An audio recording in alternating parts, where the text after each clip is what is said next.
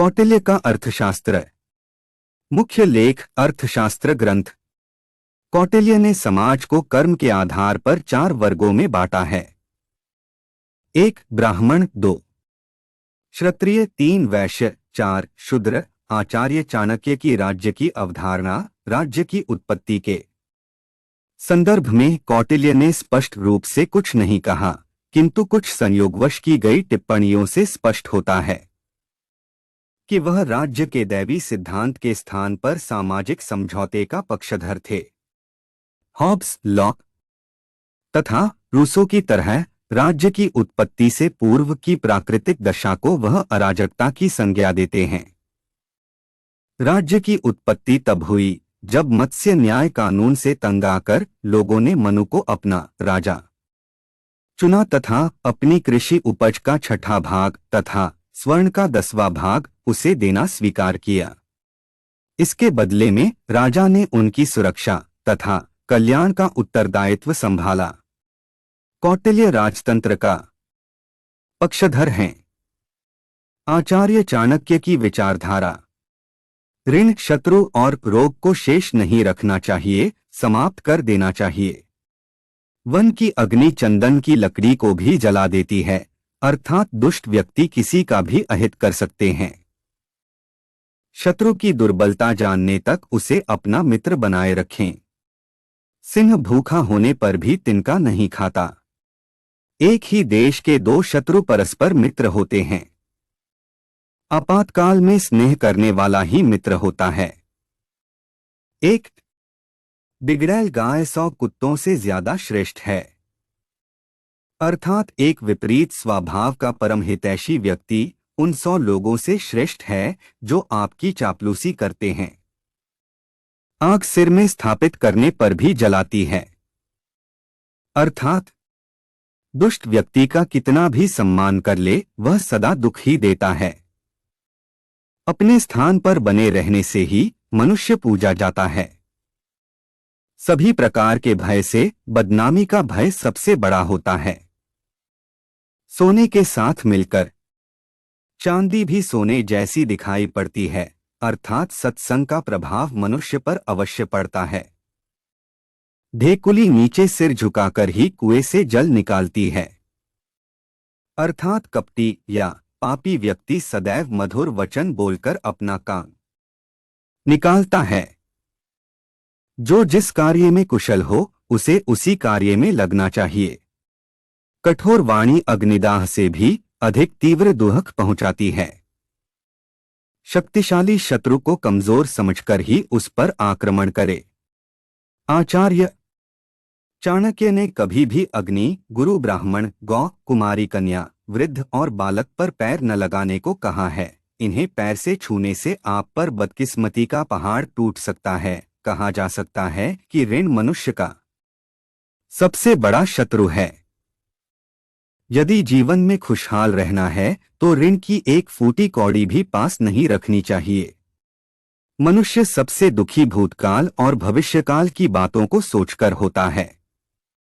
केवल वर्तमान के विषय में सोचकर अपने जीवन को सफल बनाया जा सकता है। आचार्य चाणक्य कहते हैं कि शिक्षा ही मनुष्य की सबसे अच्छी और सच्ची दोस्त होती है, क्योंकि एक दिन सुंदरता और जवानी छोड़कर चली जाती है, परंतु शिक्षा एकमात्र ऐसी धरोहर है जो हमेशा उसके साथ रहती है।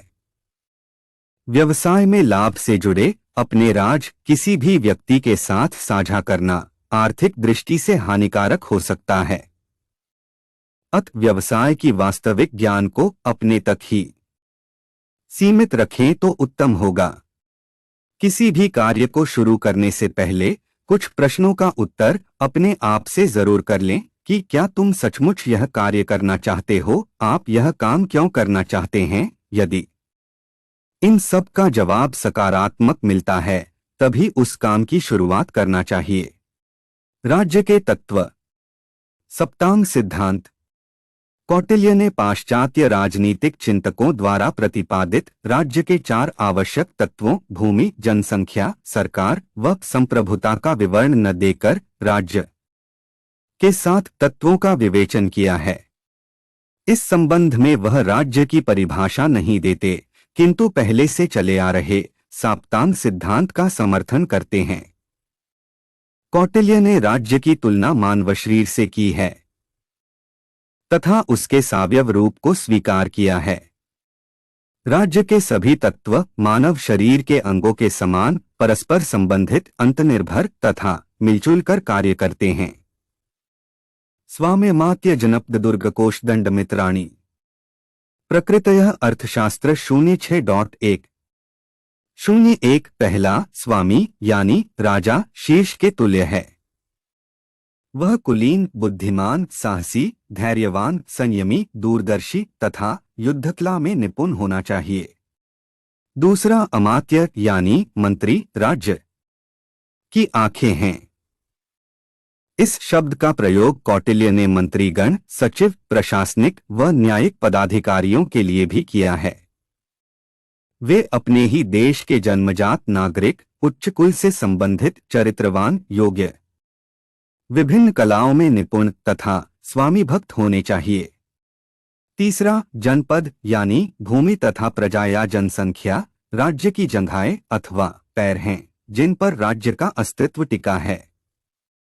कौटिल्य ने उपजाऊ प्राकृतिक संसाधनों से परिपूर्ण पशुधन, नदियों, तालाबों तथा वन्य प्रदेश प्रधान भूमि को उपयुक्त बताया है। जनसंख्या में कृषकों, उद्यमियों तथा आर्थिक उत्पादन में योगदान देने वाली प्रजा सम्मिलित है। प्रजा को स्वामिभक्त, परिश्रमी तथा राजा की आज्ञा का पालन करने वाला होना चाहिए। बाहरी सुरक्षा के लिए आवश्यक है। विदेशी मामलों में मित्र महत्वपूर्ण भूमिका निभाता है, किंतु दुर्ग का स्थान आधुनिक युग में सुरक्षा प्रतिरक्षा के अन्य उपकरणों ने ले लिया है। चौथा दुर्ग यानी किला राज्य की बाहें हैं, जिनका कार्य राज्य की रक्षा करना है। राजा को ऐसे किलों का निर्माण करवाना चाहिए जो आक्रामक युद्ध हेतु तथा रक्षात्मक दृष्टिकोण से लाभकारी हों। कौटिल्य ने 4 प्रकार के दुर्गों, अधिक जल दुर्ग, पर्वत पहाड़ी दुर्ग, वन दुर्ग, जंगली तथा धनवन मरुस्थलीय दुर्ग का वर्णन किया है।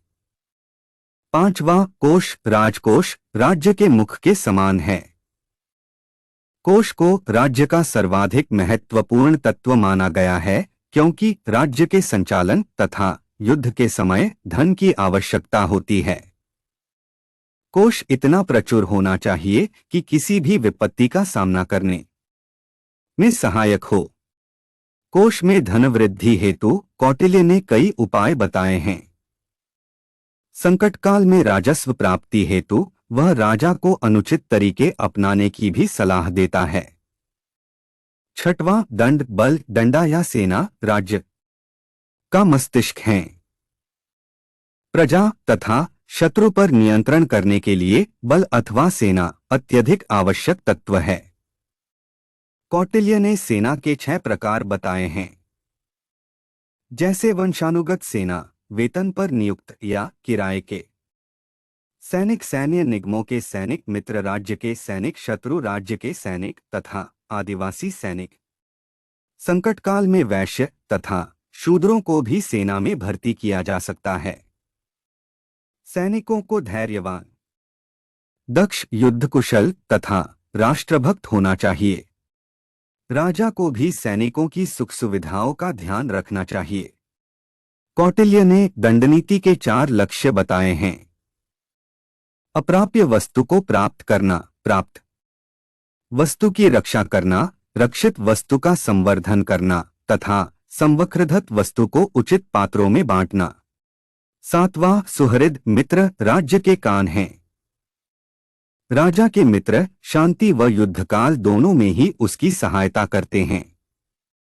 इस संबंध में कौटिल्य सहज, आदर्श तथा कृत्रिम मित्र में भेद करता है। सहज मित्र कृत्रिम मित्र से अधिक श्रेष्ठ होता है। जिस राजा के मित्र लोभी, कामी तथा कायर होते हैं, उसका विनाश अवश्यंभावी हो जाता है। इस प्रकार कौटिल्य का सप्तांग सिद्धांत राज्य के सावयव स्वरूप, ऑर्गेनिक फॉर्म का निरूपण करते हुए सभी अंगों तत्वों की महत्वपूर्ण भूमिका पर प्रकाश डालता है।